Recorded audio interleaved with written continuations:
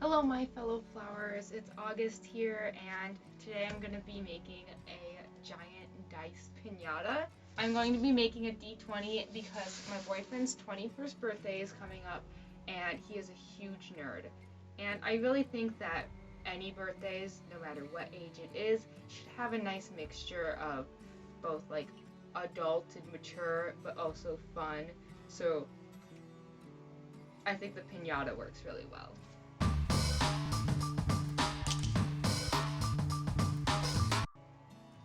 I started by cutting out sections of 5 triangles nested together like this, and then I also have little slits cut so it can kind of bend, but it's not completely off. So you can kind of see that. So I cut these slits and then you just bend it until it kind of pops. It's best if you do it over a corner, honestly. Boop. Get another one. The last one. Then this can fold more so.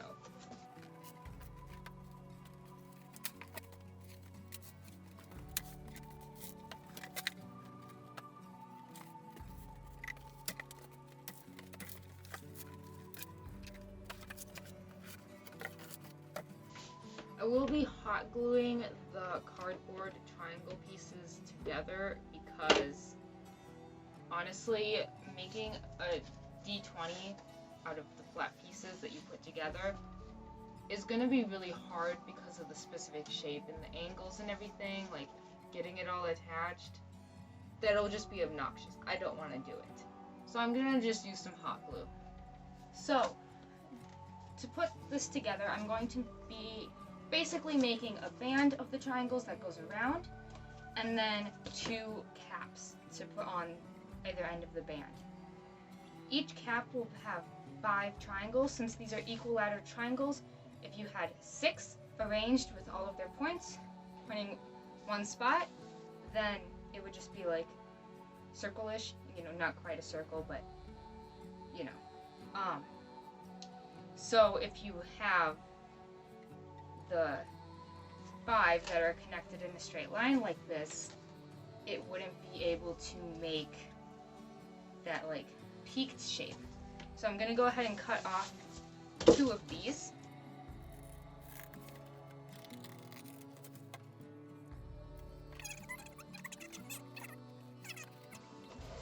Like that.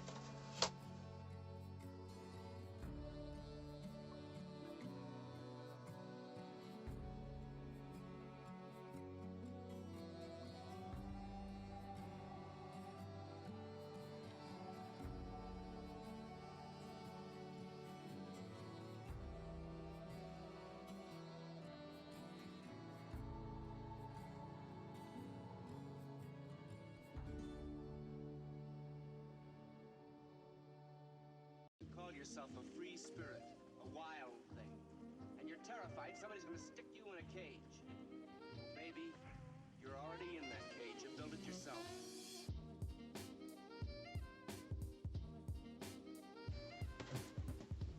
So I ran out of hot glue, so some of the joints are just like not attached very well. Also, that didn't get lined up very well. This one just didn't. I guess my triangles weren't perfect equilateral triangles, which is fine because I didn't spend like a ton of time measuring the exact lengths on every single one. I had to cut out 20 of them. But since it's not like perfect and I would like to reinforce some of these joints and I'm out of hot glue, I'm going to go ahead and throw some like paper mache on top of this. It's pretty sturdy cardboard and hot glue, so I don't think that the paper mache will like super mess it up, but we'll find out. Here I have a bowl of glue and water, and you just do the paper mache thing. Bloop.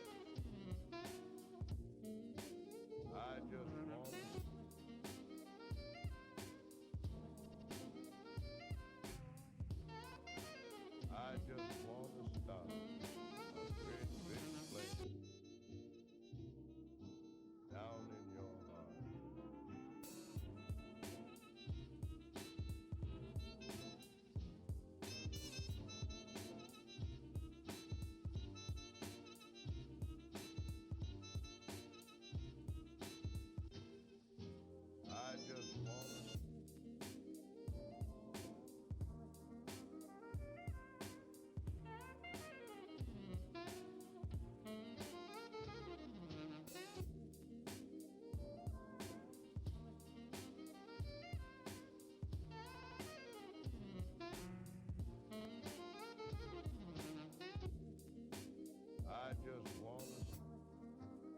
I just want to start a great big flame out in your heart.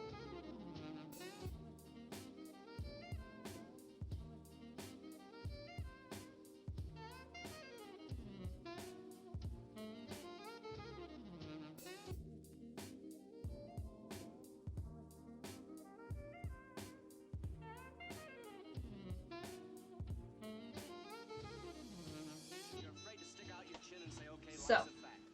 the paper mache has completely dried. It's been sitting all night and all day while I was at work, so it should be nice and dry now. It's kind of crinkly. At some points it even is kind of flapping up a little bit, but I'm sure it'll be fine. That's probably just an issue of I don't know, not having it pushed down, and it kind of just does what it wants. So here I have just a bunch of paint. I have white, yellow, other yellow, and orange, and I'm gonna just mix those all together, and whatever color that is will be this color. I'm running low on paint, so that's why I'm just doing a mishmash. I have a lot of black, but I already decided that the numbers would be black, so we're doing this yellow orange thing here, and then I'm just gonna slather it up with paint, and hopefully if I do this, kind of smart, then I could start on this side here, and then by the time that this is dry, I'm ready to do the side that's on the bottom, and I can kind of flip it. So that's the plan, and I'll get started.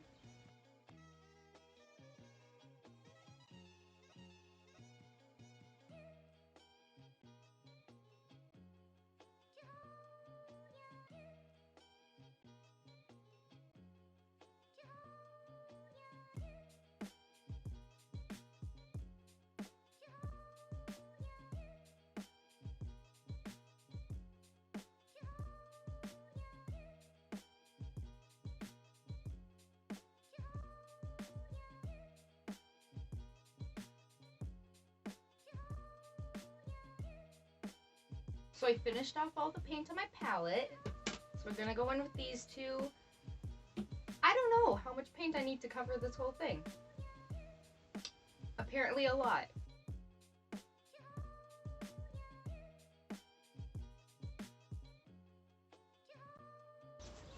So the painting was going really poorly, and I'm running really low on paint now, and I don't know how I'm gonna get a consistent coat of the same color unless I go and buy new paint just for this. So I have this fluorescent spray paint that I just found. I got it for free. So I think I'm just gonna use this, and this gave it a nice base coat. Some of the spots are still wet, and that's why there's grass sticking to it, but that gives us character, and it's fine. So apparently this pink spray hates me because it's not spraying.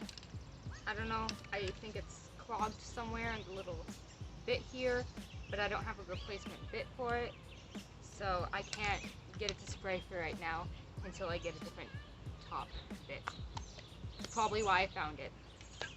So we're gonna use this orange that I was using for Nerf guns, and that'll be fitting because they're also gonna have a Nerf gun war at his 21st birthday party.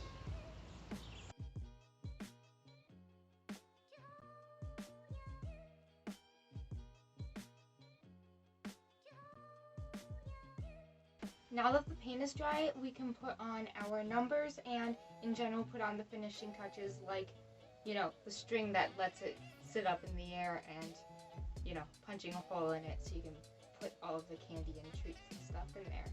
So I'm just going to be taking this clear glue and putting on the numbers, and the biggest thing is to pay attention to the opposites on each side. You know how 1 is opposite from 20, you have to do all of the opposites correctly. So pay attention to that. It might be helpful to have an actual D20 to reference what numbers go where. I mean, you don't have to do them perfectly, but if it is made for nerds, they will notice.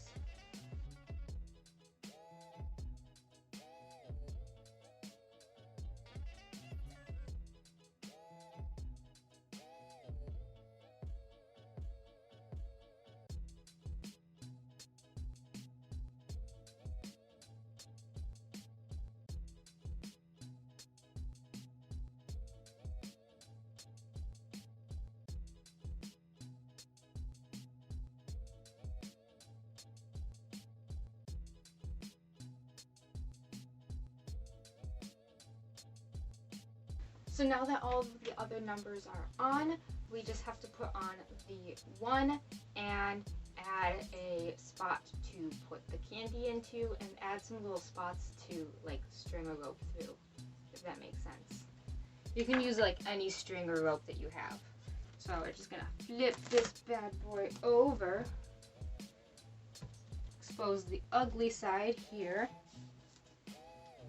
And then I'm gonna cut in some little holes on the top. I'm just gonna stab it through to be able to string through it, you know, just like a little hole, just kind of establish a little bit, nothing crazy. And we'll do that on the like opposite edge, about the same distance from it and everything, you know, so it hangs equally.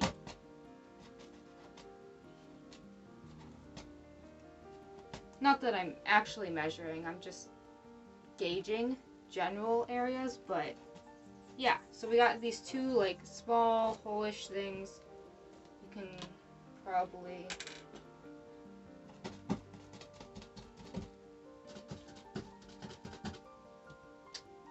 and then I'm gonna go ahead and cut around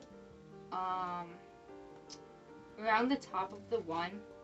I put the little string holes on either side of the 1, so mostly the candy will go in through around the 1. So I'm gonna go near this edge and kind of have this area for putting the candy in. I'm thinking I'll just have a flap, so it just flaps up, and then you'll be able to flap it back down. So I'm just using an X-Acto, and if you have an X-Acto and it's like not cutting through very well, you should probably replace the blade. You shouldn't have to be working like ultra hard to get the X-Acto through. It's a knife after all. It's made to cut things.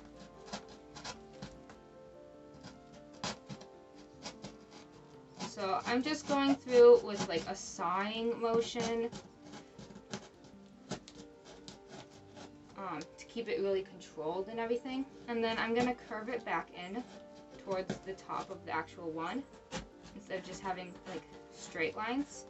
So if you know how on a box that like allows you to have handles on it, it's a curved shape and not just like a rectangle, because if it was just a rectangle, it would rip through the box much easier. So having that curved shape helps prevent it from ripping off entirely. If I wanted to do that, I would just, you know, cut a circle out of the top. But this one will hopefully allow me to just bend it up and then bend it back and be like, no, no, no, you don't exist. I didn't cut a hole in this. So I'm actually going to take it up and like pry it a little bit. There we go. And then we can put the candy in through there. Yay! Thank you so much for watching. Subscribe if you want to see more, and remember to like this video if you enjoyed it. I hope to see you soon. Bye-bye.